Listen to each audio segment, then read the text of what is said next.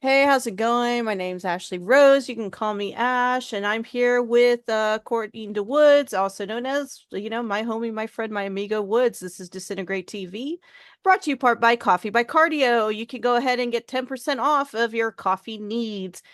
Link in bio. So we're on audio today just because we felt it's so wherever you're listening to it, whether it be YouTube and all your podcasting needs. Look in the description. It's there. Click the link. Support the show. Brought to you part by Distortion Media, and we're also on Kick.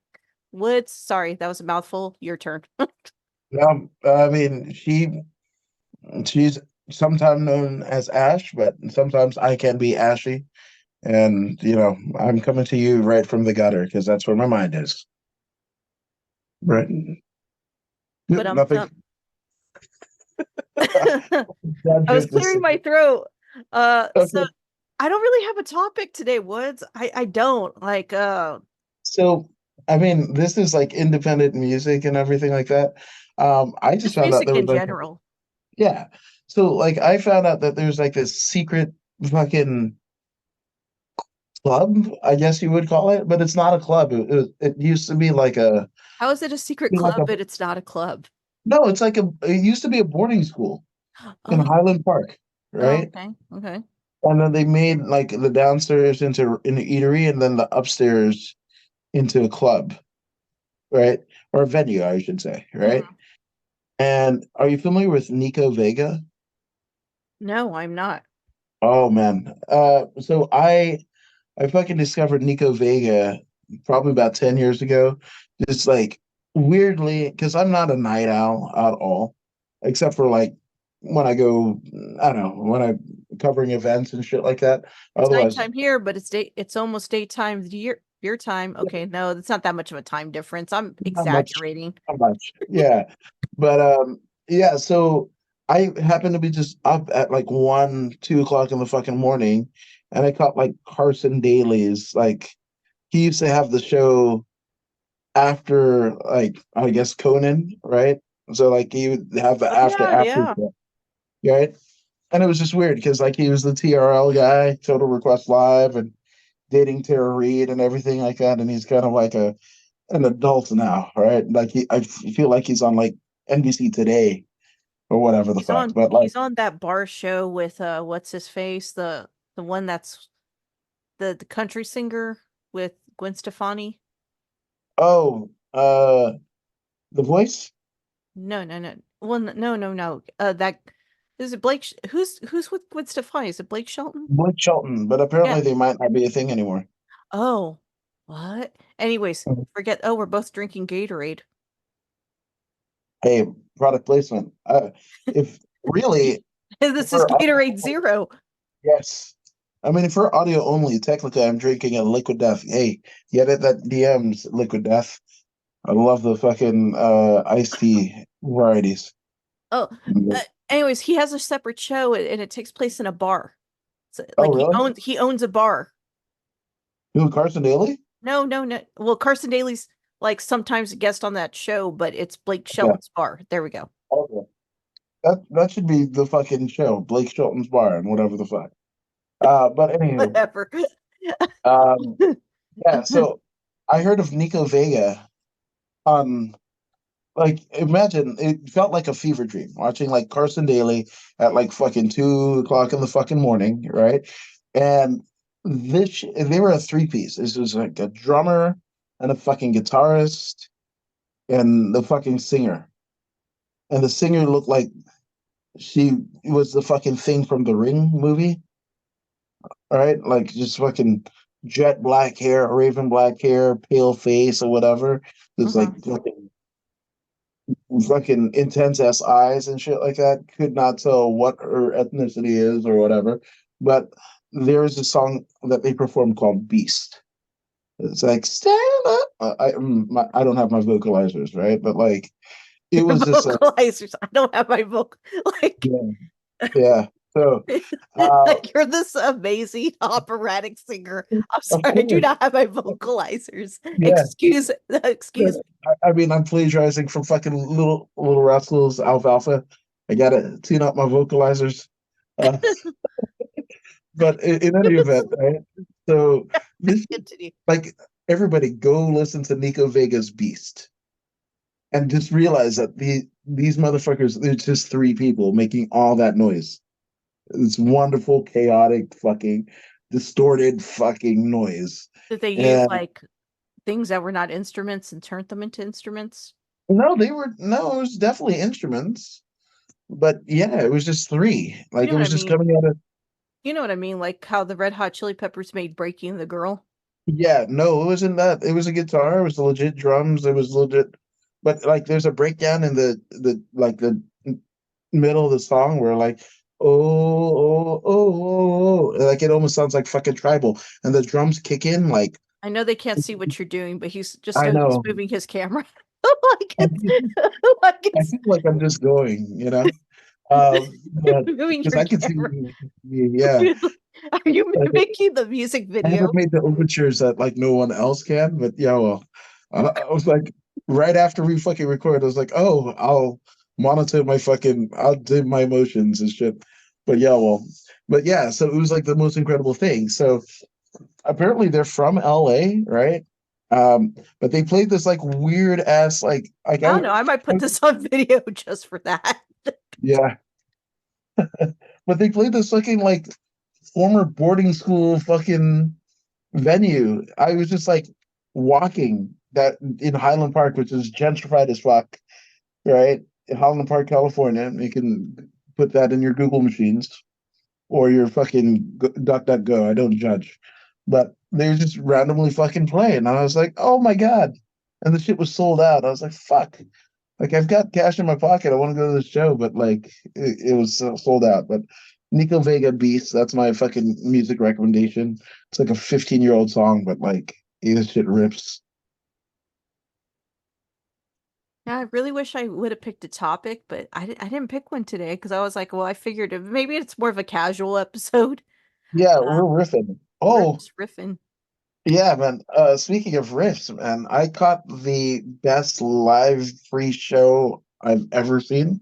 Oh yeah, is that the one you were telling me about Yeah, last week? so this is weird, right? So Jim Irsay, who's the billionaire billionaire owner of the Indianapolis Colts, is his dad owned it first, right? And then he ended up inheriting. I don't really know the story, right? But like the fucking Indianapolis Colts have been in the Irsay family for at least two generations, right? And the most current incarnation is Jim Irsay, and Jim is in his like 70s, right?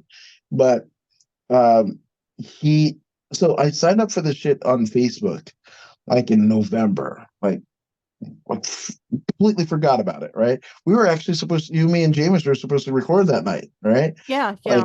It completely just fucking didn't forgot. pan out with life. Yeah, life be life and sometimes, right?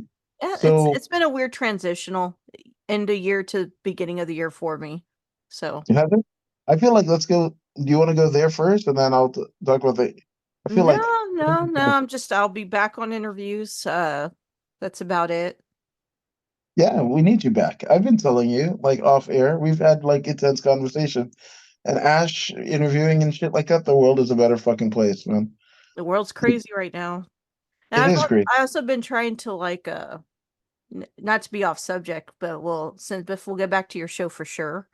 Uh I've been trying to like I was like talking to like a friend of mine that used to be like an indie wrestler. Then he went to college, you know. Now he's doing that thing, but he'll still work occasionally. And we were talking and he was like talking about like my current look versus like Mhm. all my looks throughout like, my career. Right. And it was one of those things that I told him I really just don't care anymore. I don't care anymore. I look the way I look. I'm tired of like toning down how I do like stylize things. So I said I've been trying to, I guess in our line of work we would call it redevelop. Yeah. Been trying to redevelop more into like stuff like more of my style into things. And yeah, see, I guess it seems to be I'm still working on it, like let me put it this way. I've been trying to be, I've been trying to be a little bit more classy, y'all. Okay. Okay. I'm trying to get some classier outfits. Okay. To be Okay. on screen that are more tailored to me. Okay. So that's what I'm saying is I'm trying to be one of those classy bitches. Okay. Okay. All right. But, I'm mad at but, you. but, uh, but I'm not like really that classy. But I'm trying to do a little. I'm trying to be a little bit better on the styles. I've even Okay. gone so far as learning how to like. I've been just trying to redevelop and try to be better at this point in my career, whether it Okay. comes to like styles, uh, in my clothing, my approach to things, like my hair and aspects of like even like photography and photos. I've been concentrating on learning how to properly pose in like pictures and on camera to be a little bit more like not so dead. Oh yeah. Not so dead look. I guess that would be the term. Like so Well, you mean you're not the muse for Rob Zombie's Living Dead Girl? so that's a banger song to this day. Uh Yeah, but you it know what is. I mean? So that way like my photos look a little bit more like what's the term, Woods? Uh, Aesthetically appeasing, Animated more? animated. A little bit more like Watch, I'm personality. gonna fucking put that on fucking Chat GPT and make an animated you. You're gonna have a short and a fucking origin story. Watch this. Yeah, I feel like that's right. Oh Uh my God. Yes. Can I tell you? So I was randomly in like Glendale, California with one of my coworkers at the shoot job. He like is- with an act that he produces, Lost in Vegas, mhm. right? And plays with or whatever. They sold out the whiskey. I had never been to the whiskey before, but I went to support a good brother, right? And that shit was fucking tremendous. We even went to like On the Rocks, like the fucking secret bar above the Roxy, and motherfuckers were hanging off the roof, like literally. Mhm. I want to check out the trap snap on that one. That was a wild night. But yeah, Ian, right? He's from Texas originally, right? And he came out first to, I think he went to Nashville first, right, with a couple of his friends, and then they all came out west, right? So he's got these two friends, right? Big John, right? Who is like a fucking mythical figure, like goddamn Paul Bunyan or fucking John Henry. He's just like j- like the first time I met Big John, he looked like he was like a fucking sleazy ass like A&R rep that was trying to sign a punk band to like a major labor deal, Mhm. like whatever. And he was just scouting and like he looked the part. He was like, it's like the whiskey, right? And Mhm. everybody's wearing different shades of whatever. And he's got like a fucking button up shirt and fucking slacks and whatever the fuck. And like, an aesthetically appeasing looking chick. And I was like, oh, fucking Big John. And I started making a song like, oh, Big John has a hot chick and he screws fucking bands out of royalties. Big God John. Big damn John. it. So, and then, and It's so, like he screwed bands out of royalties. so, so Ian starts fucking cracking up and I go, ping. I was like, I'm going to fucking write the legend of Big John, the freaking A&R rep, and I threw that some bitch into Chat GPT, and what came out was amazing. Oh, Chat GPT is hilarious. I think it's funny. Great. I like to just I thought I was the only person that did that too. That I just type random stuff to see what it comes Yeah. out. Okay. So next time you do that, Okay. go back to it and ask, if the story's still there, Yes, it's yeah, still there. tell it to write it in a more of a mythological fantasy term. Okay. And it would look and just Like and in, see in, what in comes the out. in I'm the not style of kidding you. Willow, in the style of Willow, narrated by Mike Tyson. Yeah, like just just type it in there. Ask for like a mythological version. Okay. I like this. So and then, all right. So it's Ian, right? Fucking rock star Ian, right? There's Big John, right, and his aesthetically appeasing looking chick, right? And then and then fucking Bad Brad. Bad Brad. I have never seen this motherfucker sober, man. He's just fucking What does he what does he look like, like? Because I have a an envision in my mind as man. to I what he think looks I like. man. Let me see if I have a picture. We're on air, so just describe Yeah. him. Okay. So he is a Because in my Anglo. mind, He's an Anglo gent, okay. right? But he's he almost looks like a young Shane Gillis, the fucking comedian, right? Okay. Like a baby. He's the baby face assassin. Like I know Josh Barnett had that fucking moniker early in his career, but like Bad Brad is a goddamn assassin, right? So Yeah. first time Bad Brad, it's at the whiskey, and so Ian's playing that that night. There's the opening act. Literally, the group name is Hey Dude, You Suck, right? Hey, dude, you suck. And the fucking lead singer of Hey Dude, You Suck. It was his birthday, and you know what this motherfucker does? He gets a fucking tattoo on his ass on stage while he's singing. Just Is a normal night at the whiskey, huh? normal night at the whiskey, right? Glad to see it hasn't changed much. Yeah, apparently it hasn't. So, so like meeting Bad Brad. I mean, he like we're moshing, right?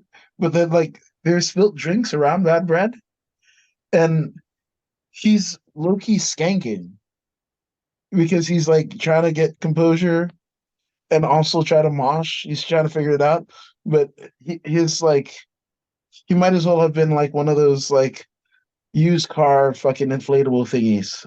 I was gonna say, like, so he just didn't.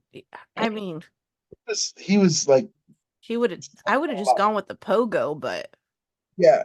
No, so there's that, right? So this night we went to this place called shout out to the Greyhound. It used to be an old Greyhound station, right, in Highland Park, and they made it into a fucking dive bar, right?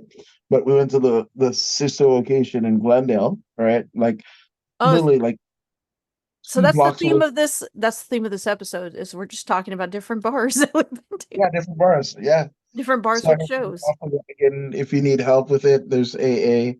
Get help. You know, to be responsible, folks. Oh, But no, I'm not referring to the drinking aspect of it, but okay, yes, but yeah, okay. I've been alcohol free for about what I say like 4 years Okay. already. It's about been about 4 years. Congratulations. Yeah, and if you're on that path, continue on It's that I've path. never felt better. I just I feel great. Uh, Same. but That's amazing. That's opposite of Bad Brad, motherfucker. Oh but man, he's like, I got off of work today. He still has like, he's kind of like Shane Gillis meets like Matthew McConaughey. Wow. oh, okay. Yeah, and Not what he's I just envisioned that he would look like, but okay. no, he doesn't look like McConaughey, but he's got like the all three of them, Bad Brad, Rockstar Ian, and fucking Big John. They all have like this like Texas, like wholesome good boy, whatever, but like one could be a fucking dirtbag, fucking A&R rep, and then Bad Brad is doing his thing, and fucking Ian's rocking out. They're all awesome. They're all awesome, and they complement each other well. So Bad Brad is like he's fucked. Like he's in Fucksville. Like he's like population one of Fucksville, man. Huh. He's deeply entrenched. And then I can't remember who asked, right? But Brad volunteers. He's like, I had like three vodka cranberries, the fucking gram of mushrooms, the smokes. The fact that he was, He is this is a warning to everyone, just don't do shrooms. yeah. I mean, that's what I feel. Everybody, I mean, I've become the shroom guy, which is weird because like I used to not be like I used to not drink. Like I was very like dare kids off drugs. I was a kid of the fucking 80s, man. You know, I thought McGruff was gonna the crime dog was gonna kick my ass if I smoked the devil's lettuce and shit, The you know? So devil's lettuce. yeah, man. Like I was all in it. And then The devil's I don't know lettuce. what I think no, I feel like Joe Rogan, like Rogan, listen to Rogan's podcast. Like I knew like the first time I listened to an episode, I had just got baptized as a Christian, which is wild because like I grew up a Nichiren Buddhist. There was always like Christianity somewhere around and everything like that, but I never really had a relation. And there was, you know, pretty high up in my company, and not that it was for that, right? But like a pretty high up in the company that I was working for at the time, he was like, "You should come to my church," right? And so I was like, "Oh, cool, man," because we're in Bakersfield and we didn't really have. I mean, oh, I guess my soon-to-be ex-wife, right? And she's from there, right? And she had her family, but I didn't really have anybody out there, right? Mhm. Now the family's cool. I'm not saying that, but like I didn't have relationships, so I was like, oh, went to the church, seemed cool, whatever. And next thing you know, like he's doing Bible studies at our place, and then I'm getting baptized in his church, right? So like I'm on that route, and then David Lee Roth was on fucking Rogan.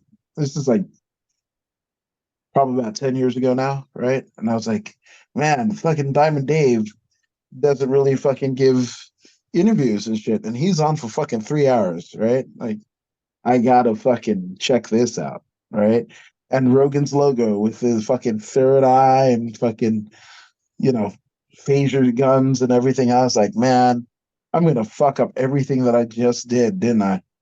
The whole baptism thing, like my dad was a conspiracy theorist. I was like, I'm gonna go down that fucking wormhole. God, this Mhm. is gonna suck. But yeah, so like Rogan kind of opened me up to like the 5-MeO DMT and ayahuasca and mushrooms and stuff like that. The first two things I said I've never tried. Ayahuasca, isn't that like a plant medicine, like a You tea? got to go down the fucking Like, the is it a damn. tea? You can get it. Yeah, absolutely. Don't ask how I know these things. I mean, I'm not judging, is what I'm saying. Oh no. Okay, I know these things because I recall Matt Seidel talking about it. I think he talked about Yeah. ayahuasca. Oh I yeah, think he that's did yeah. ayahuasca. He's there.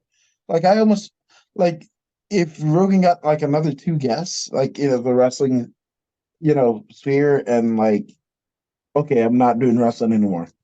I'd be like Matt Seidel and Jim Cornette. I would love those. Like Matt Seidel, because I think he would open up. Like Matt Seidel reminds me of Ian McCall Mhm. of the UFC fame, right? Um, and Very, Ian McCall, very yeah, kind man. I don't have anything bad to say about that. yeah, dude. Like I think they're awesome. Ian's, I love that he collects and talks about yeah, cactuses. dude. Hell yeah, man. He's in. I mean, he's in it, dude. And Ian is somebody who, fucking his brain was pretty fucked, right? Like suicidal thoughts. I mean, that is the plight of a lot of. I say combat sports athlete, and most people just say like boxing, MMA, or whatever. But like football, holy shit! Like American football, You run do at each a other. lot of Like like damage, yeah. yeah, absolutely. It's like a fucking 125-mile-an-hour crash and into a brick wall, and then you got to play again and again and again and again. Hockey, that's a fucking whatever. Actually, Real Sports with Brian Gumbel on HBO, they did a whole fucking like 25-minute piece on combat sports athletes that you know they didn't have a will to live, and then they got into psychedelics, and it's a rewiring of the brain. And that's one thing that most people like forget about, like um whether it be mental illness or drug addictions and whatever. It's all chemical. It's a chemical imbalance, right? So you have to have a rewiring of some sort. I'm not saying it's like I don't know We enough that. we don't know enough as we're not doctors or anything. Right, absolutely. Yeah. Let's make that clear to Right. everyone. We're not, we're not agreeing and we're not disagreeing, but we're agreeing to disagree, I guess. And it has helped some people, right? Mhm. Just like, there's some people that can, run marathons and still die of a heart attack. And Oh yeah. so, some people can eat fucking McDonald's every day and not gain an ounce of fat, like there are those people. There are exceptions to the rule and everything, right? Yeah. So, Um, well, back to bars as far as okay. not necessarily bars. I mean, I guess we can refer to them as venues, but were they really actually venues when we went to a punk show? I feel like if there's a live band, that bar becomes a fucking venue because live music is being played. Don't tell it to me about like, oh, a fucking converted like restaurant and then now there's a fucking DJ doing a rave. No, that's not live music. Once live music is played at the confines of four walls, I feel like it's a venue. I I mean, like I was thinking back, like, when I was in high school, and keep in mind this is like 2000. Well, we were both in high school, Yeah, roughly around right. 2004, 2005, 2006, that area time. Yeah. The time of MySpace, um, I would go to a lot of punk shows or whatever. Some were large and some were small. Uh, the largest one I ever went to, and I'm not talking festivals either. That's a whole nother category. I'm talking about like headlining act or whatever. So like I think the largest one I ever went to, like headlining act, was probably The Exploited. Okay. Yeah. That's Uh big. yeah. And so you go from that, and then it's like Bad Religion also played at that venue, and Social Distortion. So, major like alternative punk, garage punk, Yeah. whatever you want to categorize it as, um, will play in our larger venue. Then Billy Idol also played there at one time because Ooh. I saw Billy Idol. What is your take on Billy Idol? What I like Billy Idol? What do you mean my take? Like, are you referring to like Generation I don't get X? it. I do not see so like at a time where punk is like surging, right? You've got the Ramones, you've got the Sex Pistols, whatever. Here's a guy that looks the part, right? Like he could be another member of the Sex Pistols. He could be, Johnny Rotten, whatever the fuck. And Well, all he does is sing pop. And I'm like, the Generation fuck? X Generation X was also along the lines of that style too. And you also have to think about like also Blondie. Well, very Yeah, similar but I situation mean, with Blondie. if you go that route, you could even say the Police because played Stevie B. Yes, that would be my next one. Would be the Police. Yeah, yeah. So I mean, but when it like he's and I don't really like I was never into Rebel Yell. I was never like I it like. all If you're asking me, I do like Generation X. I do. okay. I do. Billy Idol. I like Billy Idol. I've seen Billy Idol live. Um, And I'm not saying he's not a talented musician, but like you almost do you know about Pat Boone? from No. So Pat Boone was a guy that he basically whitewashed race records or black oh, music. okay, So Chuck Berry, Johnny B. Good. okay, So literally fucking watered down, whatever the fuck, whatever. Pat Boone, put Pat Boone in, and he'll like make it a fucking swing type, fucking snazzy, okay. palatable Yeah. to an Anglo audience. Same thing, Little Richard. Like that, Pat Boone's fucking career has been that. And I so MTV Music Awards, I think 96, 97, right? That like the last time that the Foo Fighters played with Pat Smear before Pat Smear. left and then ended up like 5, 10 years later rejoining the Foos, right? So Mhm. the one at Radio City, I think that's the one with Tim C from Rage, climbing up in the sign, and the M&Ms, right? The real Slim Shady, please That stand up, and era, there's like yeah. a fucking, yeah. So Pat Boone came out in like leather with somebody, right? And I was like, who the fuck is Pat Boone? And then like my dad was just like fucking scowling. Like, fuck that Pat Boone. And my dad never cursed. Like my dad, Midwest Indiana, black, whatever. A lot of people think that like the KKK started in the South, but like it was actually born and bred in South Bend, Indiana, on the steps of Notre Dame University, a stone's throw away from where my grandma stayed, where my dad was raised, right? So he was offended by Pat Boone. Like, how the fuck, like in the 90s, is Pat Boone trying to appropriate fucking culture and like wear leather like metalheads? Like, is he trying to infringe on another fucking culture? You know? Um, yeah, so that's that. So I looked at fucking Billy Idol as like the Pat Boone of traditional punk. Really? That sounds a little aggressive. I know it does. Oh fuck, punk and metal and indie. Yeah, that's where all the good shit that we like comes from, right? It's angsty. It's Oh, so that's a contrarian. little aggressive to describe Billy Idol. I know, but like that's how I look because I had a Pat Boone to kind of speak of that wasn't of the culture, right? Like now people in hip hop like, oh, for the culture, for the culture. Well, guess what? As somebody that is of I'm a darky, right? Saying the N word in your music ain't culture, bro. Like, and there's people hanging from trees, and the last thing that they heard before they met their maker was that N word. I don't care if it's ER or GA. Cut it, dude. Cut Yeah. it. So No, I with that all, understand.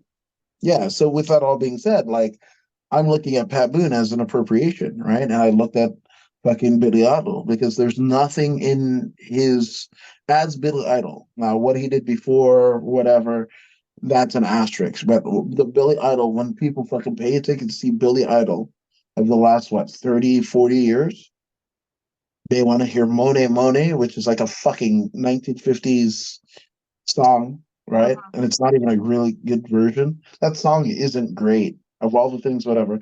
And then Rap Yell is just like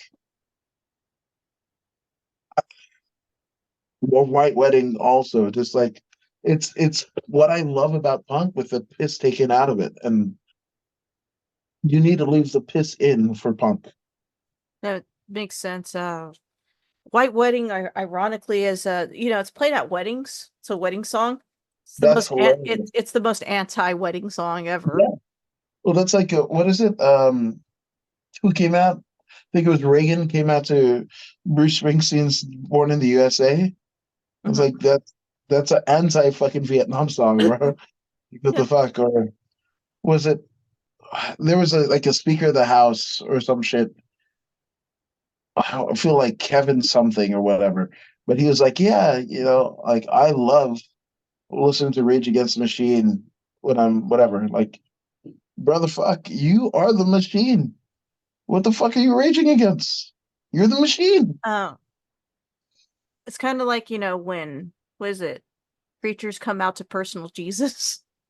Yeah, yeah, dude. Oh, at the karaoke the other night, and people didn't, whatever. And at this stage of my life, all respect to everyone, but like just slightly inebriated karaoke is where I'm at. Like I'm there, but I sang a lot of songs, right? Which I'm sure the DJ was like fucking tired of Did you me, play but that game with your were you there? You were obviously there with the group, right? Or like yeah, a a group of powwow four. of friends? Yeah, Um, uh, a little gathering, a little get together. Did y'all play that game where y'all would pick like each other's like songs? no, but if like I know one of the people in the group, she wanted to sing fucking Starship, and nothing's gonna stop us now. And I was like, first off, that's great because one of like my dad's last album, right, Uh-huh. was produced by David Freiberg of Jefferson Starship, Jefferson Airplane, that became Starship in the 80s. They had three different incarnations of the group, but David Freiberg was there, and he produced my dad's album because like I grew up a Nichiren Buddhist. We all practice Buddhism together. So he had a home studio in Novato, California, and that's where my dad recorded his last album. So to me, like I'm singing a fucking David Freiberg song in a fucking karaoke, like a new wave bar, right? It's like a 80s themed bar in fucking Bellflower, California, right? But it's a duet, right? It's a dude and a chick, right? So she's like, I'm gonna sing it. I was like, you need a partner. Fuck it, I'm gonna do it. Like it was that. And then the shit that wasn't duet, if like there was two microphones at all times. So we just fucking supported each other. But we didn't pick each other's song. Oh, gotcha. Yeah. Also, I think I only done karaoke like a couple times. Oh, Handful of you need to do times. more. Um, but you know, so back to like, venues and bars. Uh, I recall during that time, like, yes, I was in high school. We didn't have like we had all age shows in my area. Yeah. Because there's some places that they'll have like, 21 and over, Mhm. No, we had all age shows. Uh, I was thinking about all the different places we had, and some of them it's just kind of like, it was like, now that I think about it, it was pretty like sketchy. Yeah. Like Yeah. Of and course. You need and sketchiness for punk or metal. and then No, and then no.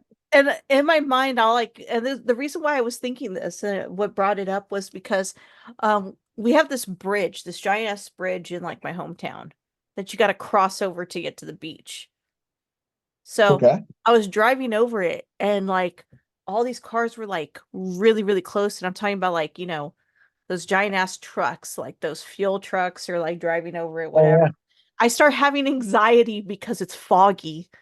Oh no shit. I start That's not having like good. anxiety driving on this bridge in my mid 30s. Yeah, that's how old I am. In my mid 30s, driving over this bridge, and like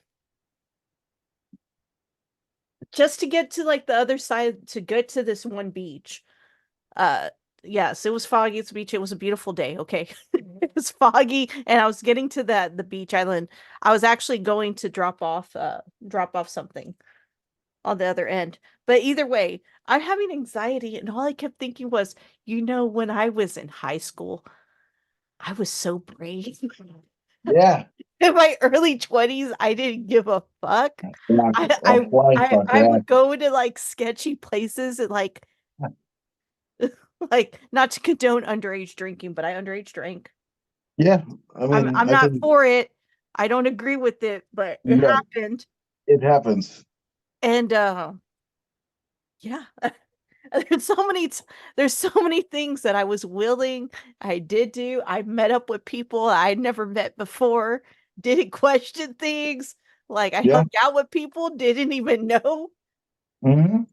But yeah, Yeah. now me driving over a bridge is giving me anxiety. I mean, I feel like that's age and wisdom, right? Because you didn't know shit I'm about getting anxiety driving over this bridge you in didn't the know shit about fog. fuck in your teens and 20s. Now you know the fucking danger.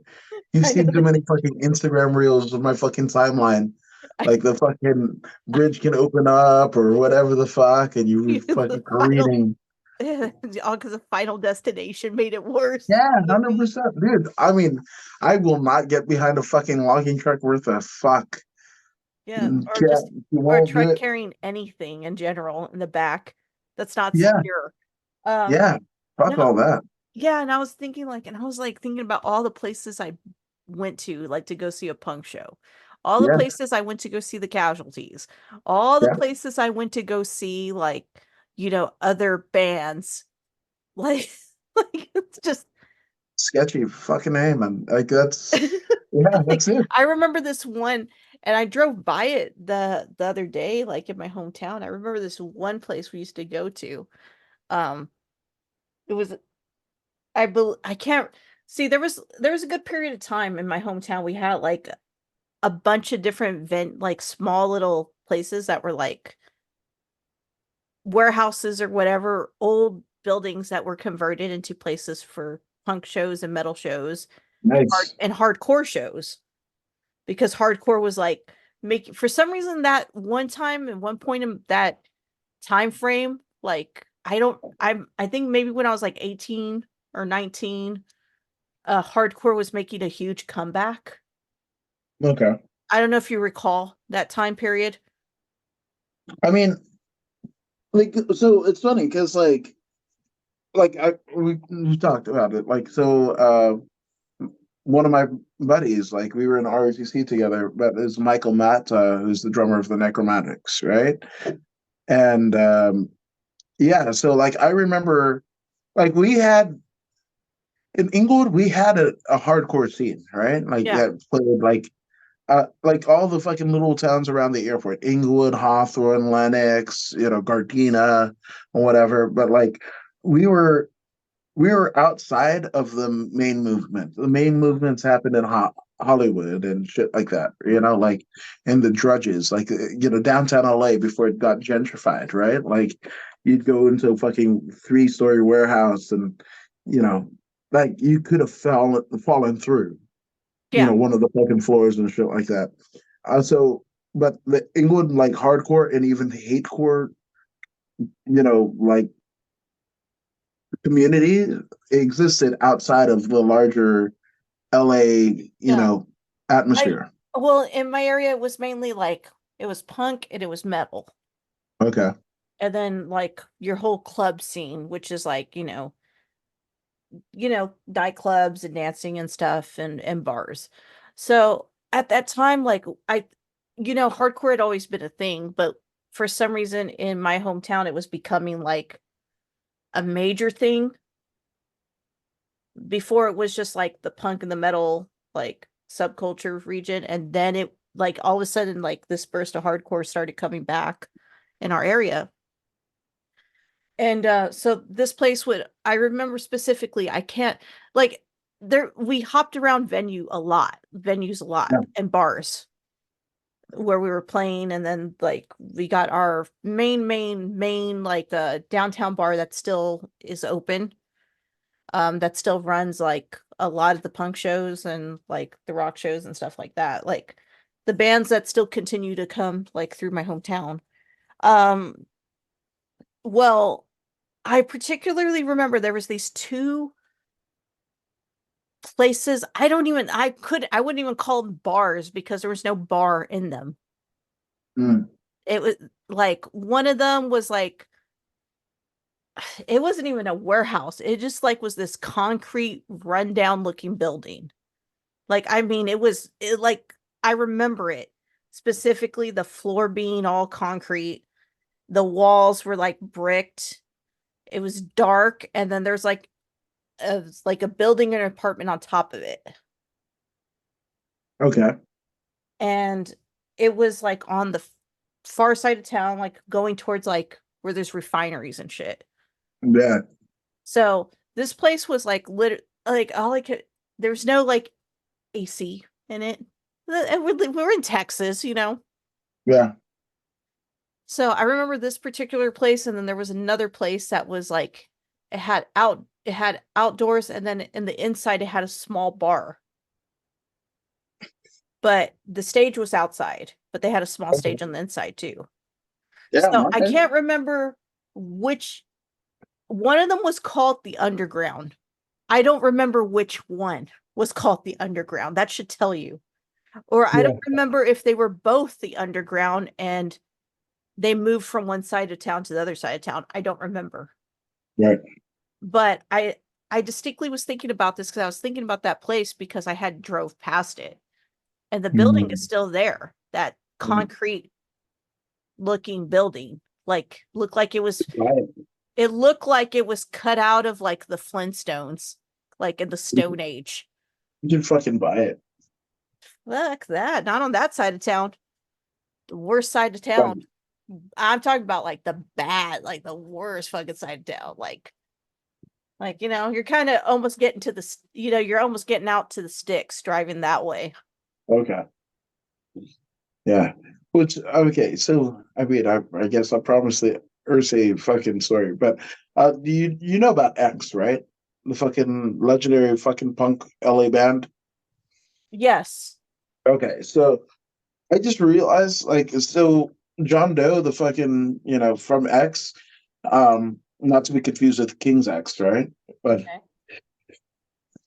John Doe, that motherfucker, he was in the Grand Olympic Auditorium documentary, 18th and Grand. If I recommend it, if you like wrestling, if you like roller derby, you like punk, whatever, it was about the Grand Olympic Auditorium, and that was a legendary venue before Staples, before, it was literally built to house the indoor bicycle shit Hmm. in the Olympics in like 1932. I feel like that's right. Whatever. If it might not be 32 Olympics, but like old ass Olympics that was in LA. But this thing gets fucking, you know, erected and shit like that. And on the other side of it, right, is like East LA, right? Boyle Heights, where like Lucha Underground was filmed and everything like that. So there's like a large Latino, kind of yeah, crowd, right? And they used to, see Chavo Guerrero Sr., battle Roddy Piper, and Piper would do shit like, I'm gonna play the fucking Mexican national anthem on the bagpipes and start fucking playing a cucaracha. Like Yeah. fucking Keep it neat. keep in mind this was wrestling back then, not Back then, now. yes. 19, no, no, no. No, I definitely mean, not with not all the something that basic, occurs. well, I mean, we did have the Mexicools not too long ago. The Well, Wanderers. I'm just putting a disclaimer because it could be taken out of Yes. context what we're saying. This is true. This is true. I like that. Yeah. So, Speaking of cucarachos, there was a bar. I don't know if it's still open in Austin that I went to. okay. I went to at for a punk show like ages ago. Like they called it the Roach, but I think it was called La Cucarachos. Ugh, that that feels But I want to say we that called feels it like a the. I want to pre-Rogan say that they called it Austin. the Roach. Yeah, that sounds like a pre-Rogan Austin to me. That's probably something that fucking Stevie Ray Vaughan fucking played back in the day, I feel like that's right. But yeah, so but John Doe from X, man, like I didn't realize how many like movies that fucker was in. Like the first time that I saw him in a movie, it was actually this movie called Pure Country. Are you familiar? Yes, yes, I am. Yeah, with George Strait. I don't know who George Strait is, but like that motherfucker will always be Dusty. Like not Dusty Rhodes, but like he this fucking mythological fucking country star would end up becoming like what we knew Garth Brooks to be like years later, like this big fucking arena rock country guy and whatever the fuck, and he had to go back home and find the girl he liked and reclaim whatever. But fucking John Doe is the goddamn bassist for fucking George Strait's band, which, if you think about it, it's wild, right? You got George Strait, country legend, and fucking John Doe from X in the same fucking band in cinematic history. It's weird. It's so fucking weird. I love shit like that. It just does. Yeah. Anywho. Oh yeah. So Jim Irsay, right? So Jim Irsay, second generation owner of the Colts, right? But he Okay. does this thing where it's a fucking traveling roadshow. I didn't know what the fuck it was, right? Like I just signed up. It was like free on Facebook. I signed up in November, right? And you, me, and Jameus were supposed to record, Yeah. and then And then we were like, I was like, fuck this. yeah, I hate everything. yeah. Jameis And I was is like, okay, doing his cool. stuff. So I work in like Northeast LA, right? So I just literally fucking jumped on the train, grabbed like a fucking beer at the fucking mini, what is it, gas station, whatever. Hmm. Jumped on the train, and I went to the Shrine Auditorium where the Oscars, the Grammys have been held. Famously, that was the one where fucking Snoop Dogg got fucking arrested at the MTV Awards, like backstage and shit like Oh that. yeah. Yeah, so that Shrine Auditorium, on the campus of USC, right? And so and that's weird, right? Because most people could say like, "Oh, you mean UFC?" And I was like, actually, the Fertitas, like Frank Fertitta, actually donated so much money for the University of Southern California, where there's a Frank and his wife building on the USC campus, like right on Figueroa, which is weird. But anyway, like it's where USC meets the UFC. Hmm. But I digress. So go there, right? And all I know is like Billy Gibbons from ZZ Top is gonna do something, right? Okay. And I previously went to like Eric Clapton's Crossroads Festival. There was 2 nights. I went second night, and ZZ Top had already played the first night. And I was like, fuck, whatever, right? Because one thing that they didn't tell you with the tickets to kind of get you to buy whatever, they didn't tell you which bands played which nights, right? Okay. And Okay. not until you get into the venue did you find out, right? So with Crossroads, they did it at Staples. I will always call it Staples, right? Um, in LA Live, which is like the little like village, whatever, starting at 9 a.m. to 4, there's fucking blues musicians on both days, right? And then at 4 o'clock they open up fucking Staples Center and you go inside and you see the big fucking bands, right? So so I went second night, bummed I couldn't see ZZ Top, but I saw Sheryl Crow, who formed a fucking mayor, and fucking this guy named Marcus King, who looks like a chick, but he ripped so hard, so good, fucking hard. Marcus King, like fucking, you like blues and rock, and fucking that motherfucker's a monster, right? So, so many bands. Fucking Los Lobos came out with fucking Jimmy Vaughn, right? Like whatever. But I miss ZZ Top, right? Even like saw in the headliner was Santana that night, and Santana brought out Clapton. So two guitar fucking heroes, and Santana and Clapton are fucking playing together, and it just blew me up my mind. But I didn't get to see fucking ZZ Top. So when I see this thing for free at the Shrine, November, I'm like, fuck it, I'm gonna go because it's like free 99, right? So I go, I get to the Shrine, and literally there's like two cars, right? And one is like some Hall of Famer guy, Edgar and James. If you're an Indianapolis Colts fan, he's a person, right? Hmm. But Jim Irsay, when he got inducted, uh, like hand painted a fucking Impala or some shit like that with like Hall of Fame, and then like it. I think he either gifted it to Edgar and James, but they went through like wherever the football Hall of Fame is, and drove this fucking car around. So it's there on the right, and then to the left is fucking Hunter S. Thompson's fucking red car, the one used in Fear and Loathing. Hmm. That fucking car with the white top, dude. So it turns out Jim Irsay loves three things, like fucking football, rock and roll, and American history. Hmm. So this he literally owns fucking Hunter S. Thompson's car. And he trots that motherfucker out when he does these roadshow type thing. It's a traveling museum, right?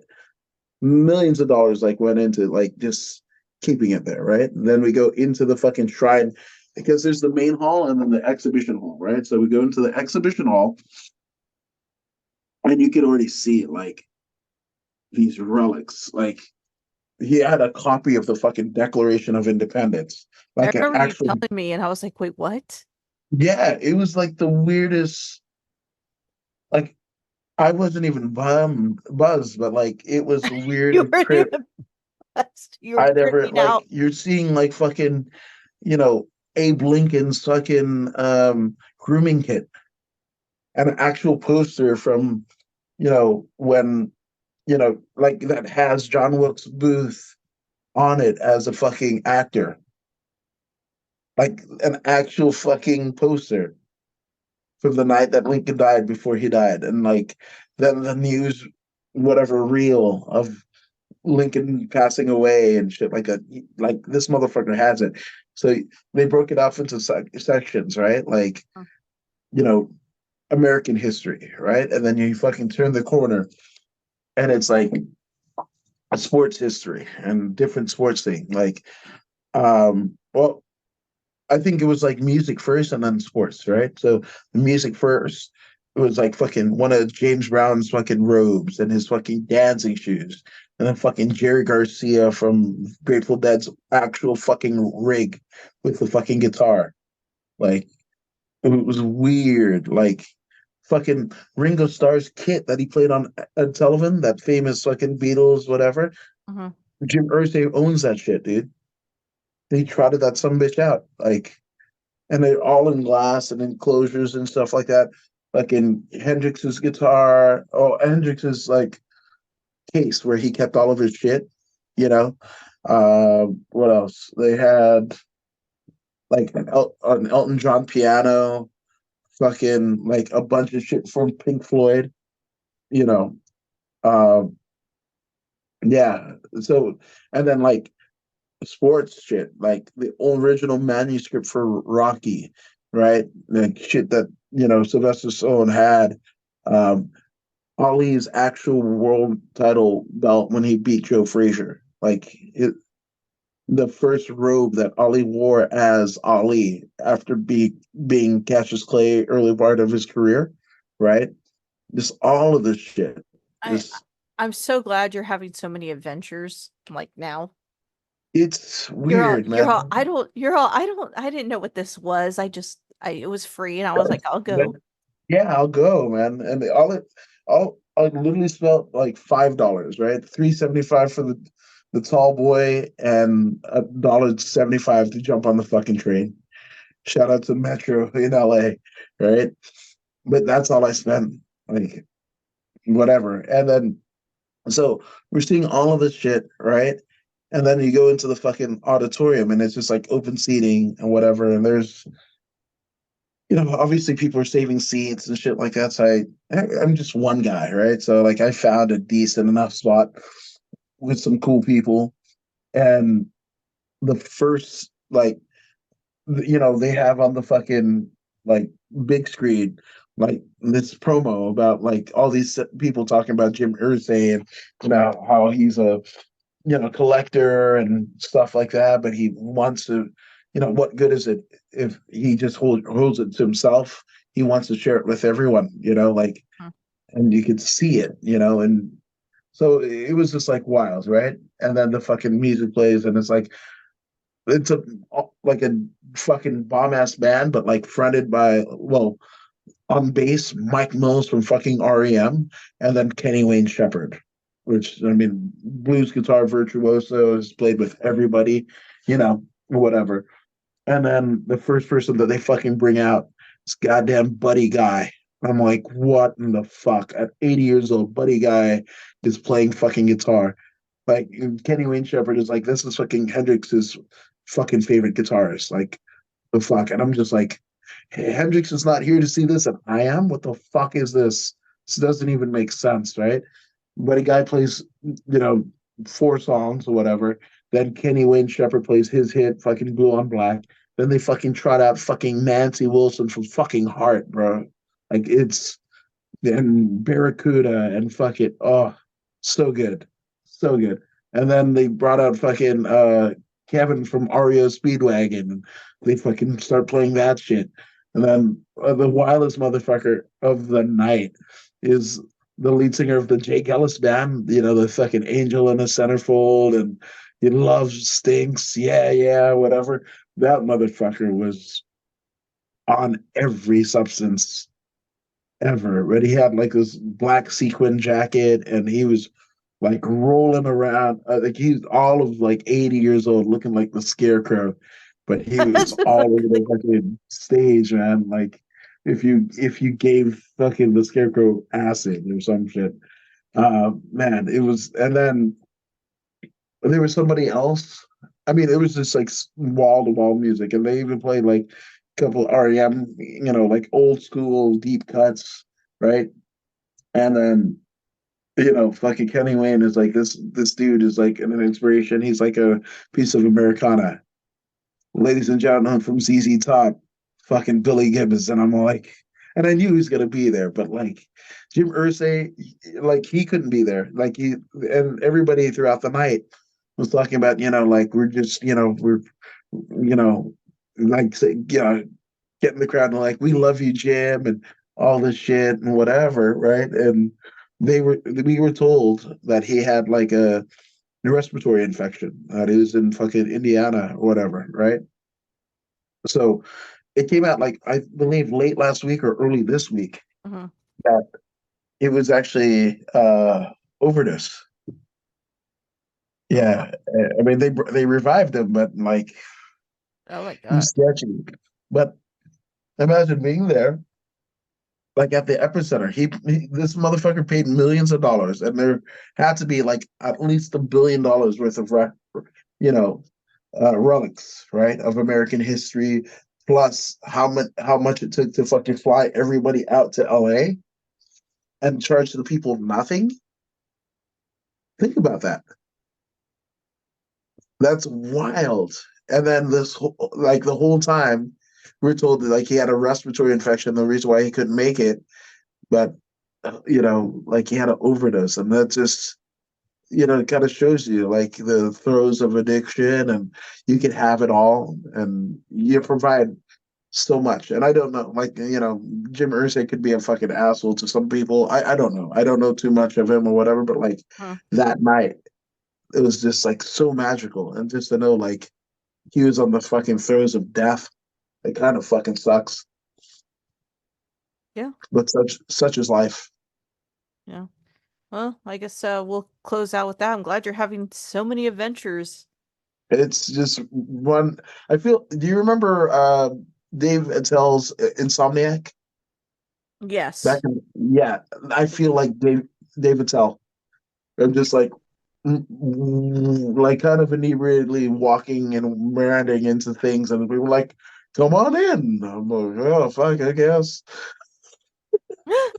Well, so yeah, so thank you for listening. This is Disintegrate TV, brought to you part by Distortion Media. We're also on Kick, and of course, sponsored by Coffee Over Cardio. Jameus could not be here today because he is out living his best life At the GCW's, at the GCW. Yeah, he's at GCW today. So, he's having a good time. We're obviously having a good time here. So thank you for listening. Woods, where can they find you? according to Woods, literally across the board. Facebook, YouTube, Twitch is where you can find the principal podcasts. Also Instagram and Threads, where I'm posting a lot of dumb shit. So if you're feeling bad about your life and whatever, like at least you're a motherfucker that doesn't scrape his face trying to ollie grind at 50 years old or falling out of a tree. Like I have an unnatural fascination with people getting dumped on their fucking heads. So if you want that ride, come on in. Everybody's invited. Don't be an asshole. That's the motto of everything. Even though, I mean, there were some hot takes in this show, but it wouldn't be It was all like meant of love. You know, we're hardogramming the shit out of you. How about that? but we'll see you on the next episode. Once again, I'm Ashley Rose. You can call me Ash, and you can find us on any of your podcast platforms. And of course, if you are hearing this, give us a follow at our individual social medias. And of course, make sure to tune into distortion.media. That is the website. I don't distortion.media. We're on there. We're gonna be on there. Well, when this airs, all the episodes will be loading up there pretty soon. So Soon and very soon, we're going to see the king. yep. Anyways, enjoy your night, evening, morning, wherever you Peace, love, are. and fucking peace, motherfuckers.